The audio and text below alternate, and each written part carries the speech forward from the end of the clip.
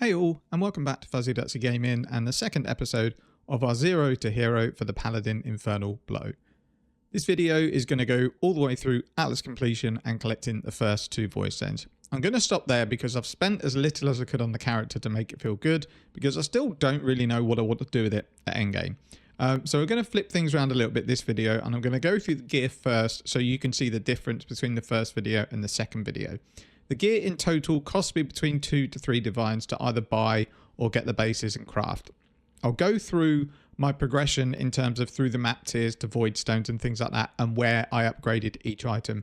But I didn't really ever feel like I needed to make upgrades, but I had the currency and knew it would just make it easier for me to progress if I made some upgrades.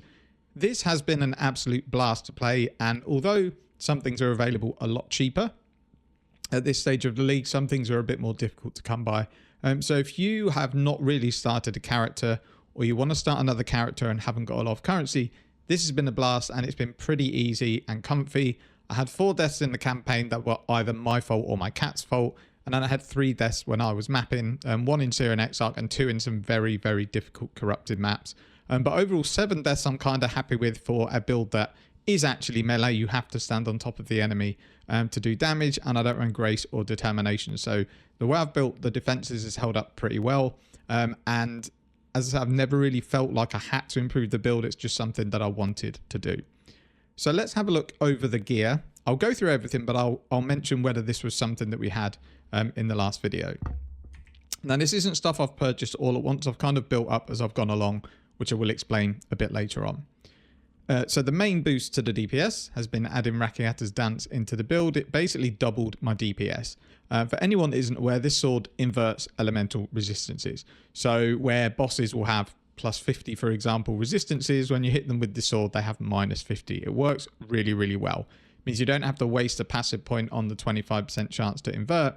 And it means when you get mods like enemies have plus resistances, it actually helps you out because it actually means minus resistances. This was a divine. They are ones available cheaper, but I wanted to get a moderately rolled one, but more importantly, I wanted one with the biggest attack speed. So you could probably pick one of these up for like 100C. I paid a divine for it. The helmet is the same one in the last episode. I got this from gambling at the black market. At the body armor, we have upgraded fairly late on in the journey in this episode. We've just gone to a 6 link. The base was 20C. I've used a few chaos essences to roll it, and then again rolled some implicits that were useful. The amulet we've actually gone to a replica Dragon Fang. The reason being, rare amulets were really, really expensive for ones that I didn't think were particularly good. I essentially wanted a negate amulet with massive elemental damage to attacks, some attributes and life, and they were divines. Even fractured ones were a divine upwards. This was 15 to 20C. It gives me a good chunk of damage, some resistances, and some reservation efficiency. I purchased a 2120 Infernal Blow. It was 15 to 20 chaos because no one's playing this skill. So there were a few up for sale that have probably been up for sale for a while. So I probably made someone's day by buying this item. The 6 link we've settled with is Infernal Blow, still Inspiration, still Trinity, still faster attacks, and still LE damage with attacks. We've added Hypothermia, mainly because I didn't want to add multi-strike because it messes with your single target. Volatility extends the range too much for me to guarantee you're going to get a big chunk on the enemy on every 6th hit. So I've just gone with this because it just gives you more damage with hits against chilled enemies, and we do cold damage, so we're always going to chill. I've very recently added a Taming Ring. This one I paid 50C for. You can get them much cheaper, but I wanted one with a high elemental damage roll, which we've also used Catalyst to boost up. So we now get 45% increased LE damage against an ailment on an enemy. We do freeze every now and again, but we always ignite and we always chill. So it's going to be between 90 to 135% increased damage. I unveiled this ring, which I thought actually doesn't do much for me offensive wise, but it fixes my intelligence, gives me life, and it gives me a ton of chaos resistance. The gloves we had in the last video, again, these were black market gambles. The boots, again, black market gamble from the last video. We've just rolled action speed on them because I think I had Scorch on these boots, and that actually detrimentally affects the build because it lowers enemy resistances, which means we invert them less when we actually hit them. if we actually take their resistances to minus, then our Rakiata's Dance is going to be putting it to plus. So Scorch is a definite no. We're still running Perseverance, and I've just basically rolled my flask to be a little bit better, and we found a tincture on the ground that was better than the one that we had. So overall, nothing mega expensive. The chest was 15 to 20C for the base, and then 10 to 15C for some essences. Sword was a divine. Helmet, gloves, and boots were free, other than the Eldritch Implicits. So was the ring. Amulet was about 15C. Taming, I don't know if I mentioned it already, 50. And then a gem was 15 to 20C. The only other addition I made to the build is just a couple of cheap jewels. They were 10 to 15C. It's just a mixture of whatever I could find with melee damage, damage with swords, attack speed with swords, and life. So we've got this jewel here, and then we have this one up here. There's obviously bigger budget options we can go with, like a Lethal Pride or Watcher's Eye. We can maybe find somewhere to get a Thread of Hope. There's loads of different options, but I wanted to keep it as cheap as I could because I still don't know exactly what direction I want to take this character. But as it's set up at the minute, it's definitely good enough to start doing some farming strategies in T16s. I just need to get my map supply up and actually get some idols that are of use. So let's talk through the journey from the beginning of this episode to the end. So as per the last episode, I've really just carried on farming Deli Mirrors. Delirium Orbs are not super lucrative. You maybe get like 5 to 8C for an orb, depending what one. We don't have anything on idols that increases the chance to drop. So I'm probably only getting like one every 2 to 3 maps. But I'm getting a Deli Mirror every map. Run through in the mirror. Normally get to 4 to 5 layers of rewards. And then anything that drops, I will sell. The big money maker for me from Delirium has been cluster jewels. 8 passive shield clusters sell for between 60 to 70 chaos. I've had 3 of those drop. I've had 2 armor, 2 passive clusters drop that I've rolled to be endurance charge on hit, and they sell for like 30 to 40 chaos. I sold one for 80 because it had a decent small node on it. But there's kind of where my money's came from Delirium. Been selling some scarabs, and I've also had some other items drop, which I'll go through in a bit. It felt super smooth just on the gear from the last video. I went through and tackled the second Maven fight. That was, yeah, really, really easy. Kept pushing through the map tiers, got sort of mid-tier yellow maps, early tier red maps. Still on a 5 link, smashed through Uberlab. And that was the point where I decided to make some purchases. I was just about to start hitting corrupted red maps. If they roll difficult, I want to make sure that I'm comfortable doing that content rather than slogging my way through it. So the first 2 purchases I made were the Infernal Blow for 2120, and then I also bought the Amulet as mentioned, and then I've just anointed Divine Judgment because it's a big increased damage. And I noticed from POB, and this is one thing to take away from this video, don't listen to people when they say increased damage is bad, more damage is good. If you have very little increased damage, more damage is hardly different to that. You can normally tell if you go into POB and you hover over a small node that might give you like 12% increased damage. So let's say I'm an elemental build. I look on a node that's 12% increased elemental damage. If that gives me like 3% or more damage, that means I haven't got enough increased damage in my build. And I definitely don't, because I can still add these nodes and it adds like 2.5 to 3.5%.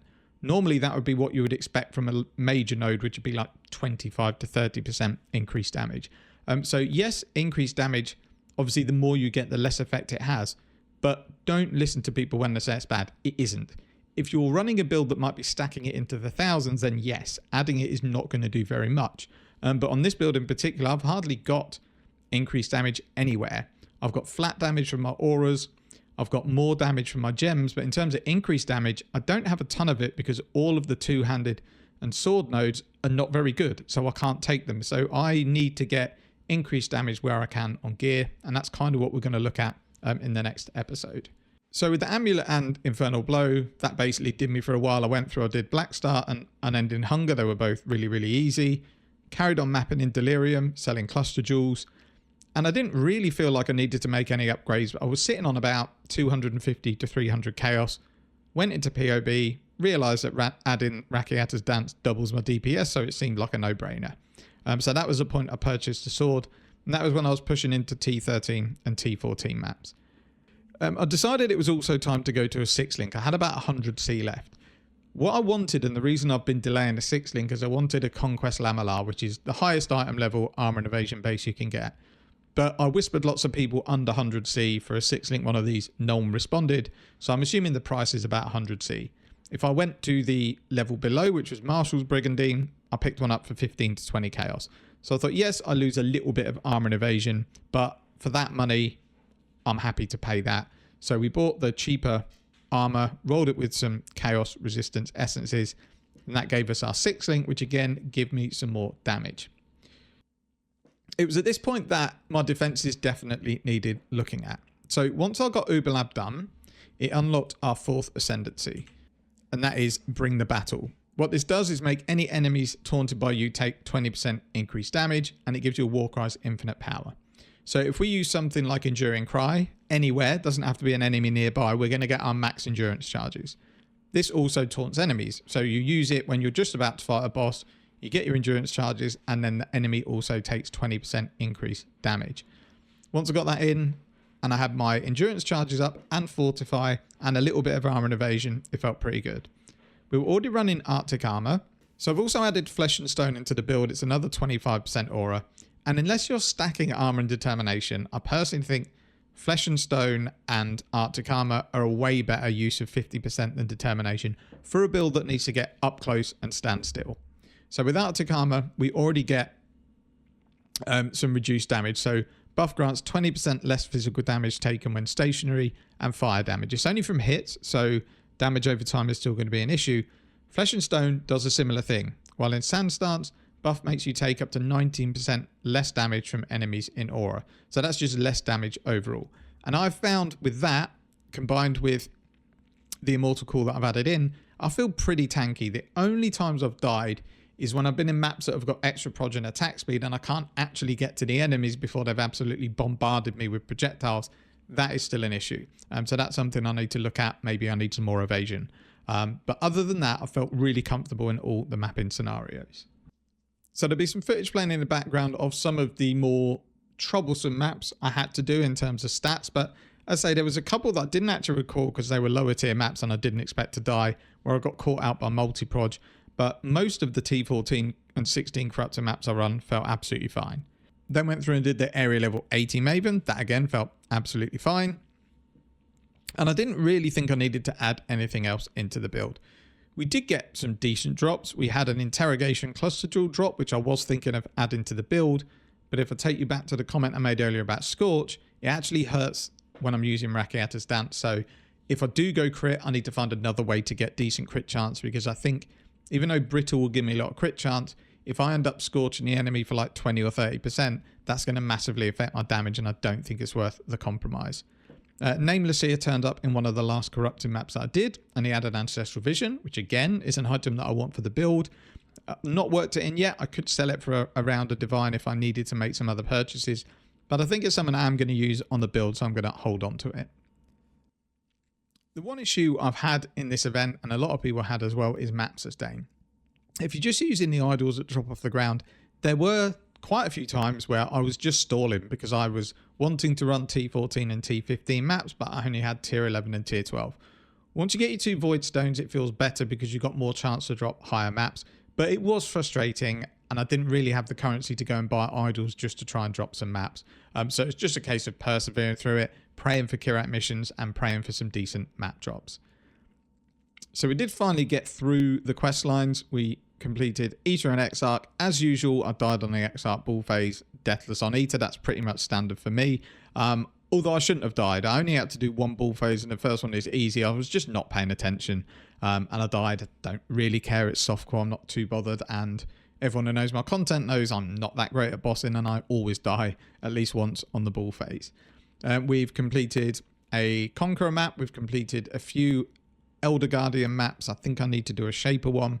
And they all feel really, really comfortable. I just need one more Elder Guardian map to drop to unlock that invitation. And then that's probably going to be the real test for the build. Because what I'd like to do in the next episode is take it onto some destructive play farming. It can definitely take on the Guardians fine, and it can take on the bosses pretty well as well. But I don't know how I'm going to be at the invitation. I will 100% get through them, but I don't want to do them if I'm going to die once or twice in invitation, because that's going to stop me leveling up anymore.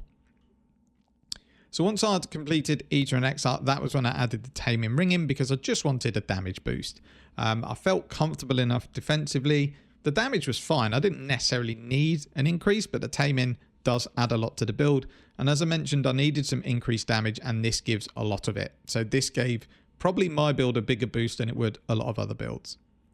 And then where I've got up to at the moment is I've just completed the first Maven 10 wave. So I've unlocked an extra slot in my map device.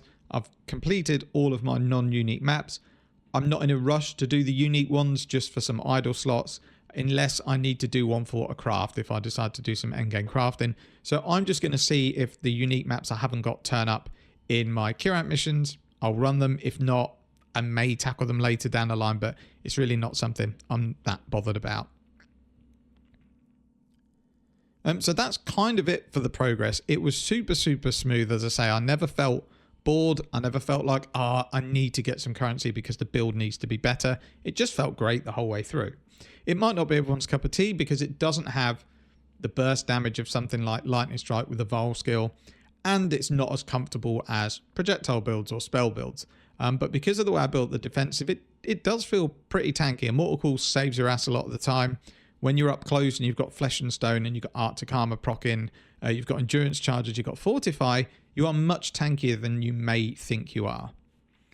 So let's just quickly have a summarize of the character. So I'm level 91, not a million miles away from pinging level 92. We are sitting on 4,000 life, but some of that is reserved by precision, so we're talking 3,800. Very small amounts of armor and evasion without flasks up, but once you get your charges up and flasks up when you map in, it's much more than this. It's probably more around 25,000 of each, which I feel perfectly comfortable with. Stats are absolutely fine. We definitely need some more intelligence, because if we do decide to go crit, which I think even if we can't get decent crit chance, it's probably still going to be more damage than precise technique. But this definitely needs to come up because we're going to have to drop hypothermia for either crit damage or critical strikes. And we're going to have to rejig the tree a lot and take some crit nodes. If it doubles my damage, I will do it. If it doesn't, I probably won't, and I'll just persevere on this non-crit version until I figure out what I want to do with the build. My plan is I just want to be able to map as comfortable as possible. So I'm not bothered about getting DPS much higher than like 5 million single target. That's ample, or even double what I'm on at the moment, and that will probably take it to about 5 million. What I want to do is look more into this skill, how that AoE functions and how I can improve that. Because if I can get more AoE and my explosions go further and I clear more of a screen in one hit, that's kind of what I want to do. And then I think the end goal of the build would be to get a Headhunter in to improve basically all aspects of mapping. But my goal is to just make it comfy and fun, so I can just go and blast enemies. It doesn't matter if there's 10 or 100 enemies in the pack. I know if I kill one, there's going to be a chain explosion and they're all going to blow up. One thing that would be good to get some advice on if anyone is an Infernal Blow expert, because I've Googled it, Reddited it, and I can't really get a correct determining of whether this works. So the way Infernal Blow works is when you strike an enemy, let's go into the skill. Let's have a look. I want you guys to teach me something because I'm struggling. So Infernal Blow. Attacks with your weapon apply a charge debuff to enemies hit by your strike. So that'll be your strike and your +1 strike, not any AoE. But it does an uncharged debuff to any other enemy's hit. Does that count as splash damage? I'm hoping so, but I don't know. Upon reaching 6 charges, expiry, or the enemy's death, the charge debuff is removed to damage that and surrounding enemies.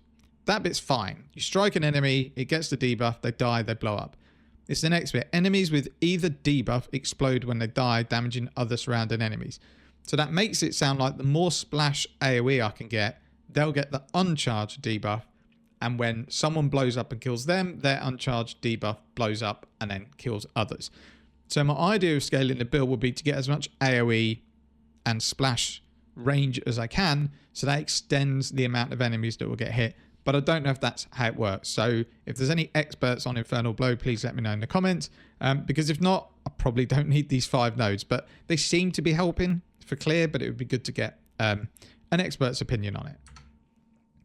That's kind of it for the video. It's a fairly straightforward one. It was just get my Atlas completed, spend a moderate amount of currency to get the build feeling fun, and it really, really is. So what we'll do is we'll just do a very quick map showcase so you can see exactly where the build is at the moment, and then we'll close out the video. So this map looks pretty good to do as a test. It will kind of show me if the build's any good. I haven't done that many T16 maps, to be fair, because I've only just finished my completion. We don't really have anything that benefits either of these, so we'll just go and put Exile on. So this has got Possessed Boss, 30% more monster life and enfeeble, so it should be a good test of damage. So let's rock and roll. My idols are basically nothing at the moment. I need a bit more currency, and then I will go on a shopping spree so that we got something to do for the next video. So we'll slowly load in. I finally dropped the deli nodes because I just got fed up of running through deli mirrors. The slow grabby hands nearly died without looking to corrupted blood there. The slow grabby hands were getting pretty annoying, so I just gave up on it in the end. So I'm at the point now where I would love to not have to kind of full clear maps, but 2-6 links, not much good now. But we don't have any maps, so we kind of need to do the best we can in maps to clear the majority of it. I'm not going to hunt down every enemy, but...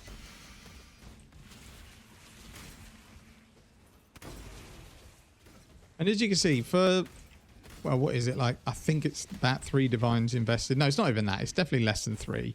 In fact, it's probably... Yeah, I would say 2.5. It's definitely over 2, but there's no way I've spent 3 divines on it when divines are about 170C. I think it performs really well. It needs some better AoE, definitely. Which is why I'm hoping you guys help me out. So because this gives the enemy more fire resistance, because we've got Rakiata's Dance, it lowers it, which is great. Oh, there's an Exile there. Let's get rid of him.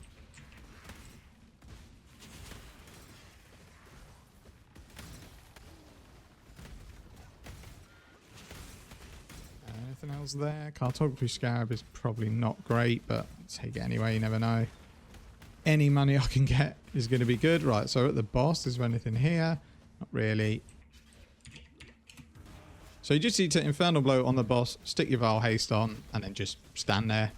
I don't think he's going to be able to do any damage to us, and he's dead. I don't have chill immunity, so that DPS was a bit worse than it kind of should have been. But that doesn't feel too bad for Possessed, more monster life, and Enfeeble. That feels pretty good. That's kind of the crangled end of the video. Not much more to go through. Build is a ton of fun. POB's in the video description. I'll again just list in the notes the order I made the upgrade and the order of upgrades I'll recommend. But if you are following along, Rakiata's Dance, 100% the first upgrade you should make. Save for it. It doubles your damage. And then it's up to you how you go about it. You don't have to do the same gear as me. I don't think the amulet's particularly good. My jewels could definitely be better. In fact, my gear all round could be better. But the idea of this episode was I didn't want to make where the character got unobtainable for people. I think this is easily doable for any player who plays the game. You need to basically drop about 400 chaos in your entire Atlas completion, and you can do that. Just running through Deli Mirrors will get you there from Cluster Jewels and Delirium Orbs. People have left some ideas in comments, such as running Alva Temples, because they sell really well, or trying to get some idols and where you go and do the lab trials and you can get the improved lab trials. They're things you can do with very few idols, and it doesn't really matter what level you go in other than your trials have to be like yellow maps. So they're very easy to do in lower tier maps. But anyway, that's more waffling, and I didn't want to waffle. Thank you very much for watching. Take care, and see you in the next one.